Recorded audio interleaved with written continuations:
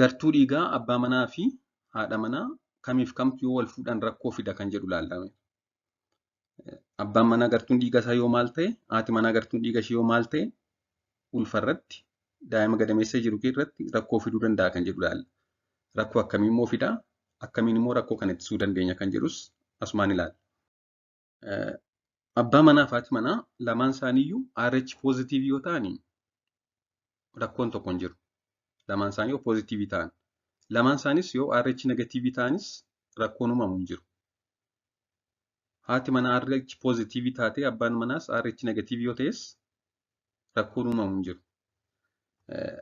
Abbaan manaa gartuun dhiiga isaa RH positive ta'ee haati manaa immoo RH negative yoo taate jechuunis RH positive fi RH negative abbaan manaa positive haati manaa negative yoo taate wal fuudhan rakkoon uumamuu danda'a.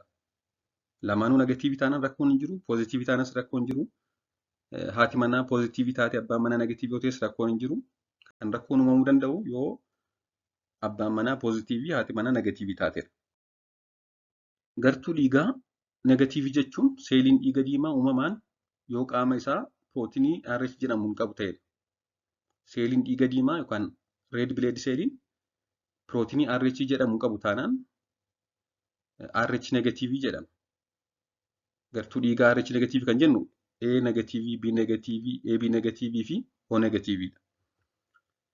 Gartuun dhiigaa immoo RH positive dha kan jennu yoo dhiigni seeliin dhiiga diimaan pirootinii RH jedhamu qabaatedha.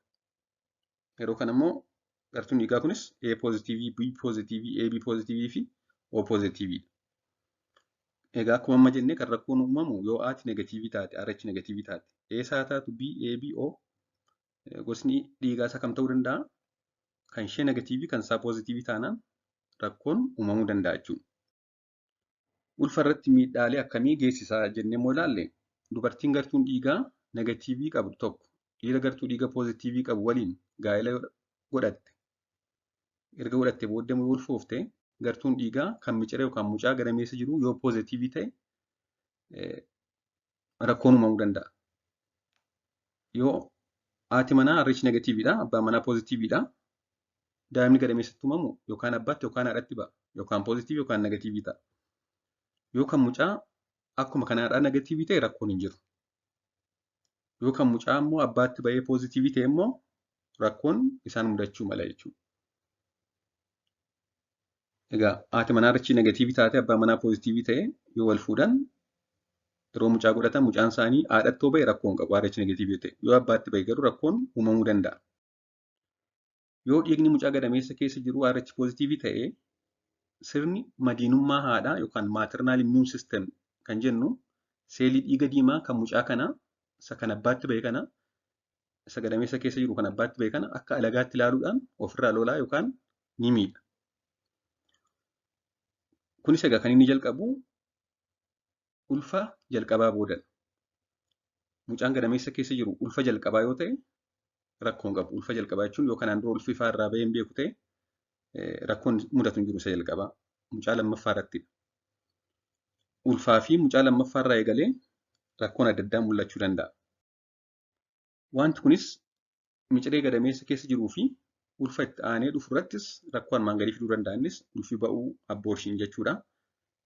Mucaa irratti hir'ina dhiigaa cimaa fiduu yeroo gadameessa keessa jiru ta'e erga inni dhalatees akkasumas yoo baay'ee hir'ina dhiigaa cimaa fide immoo gadameessa keessatti illee lubbuun darbuu akkasumas qaamni mucaa bishaan kuusuu erga dhalatee booddee immoo halluun mucaa kelloo ta'uudhaan hir'ina dhiigaa cimaa gochuudhaan yaala carariitii hanga yaala dhiiga jijjiiruullee barbaaduu danda'a jechuudha.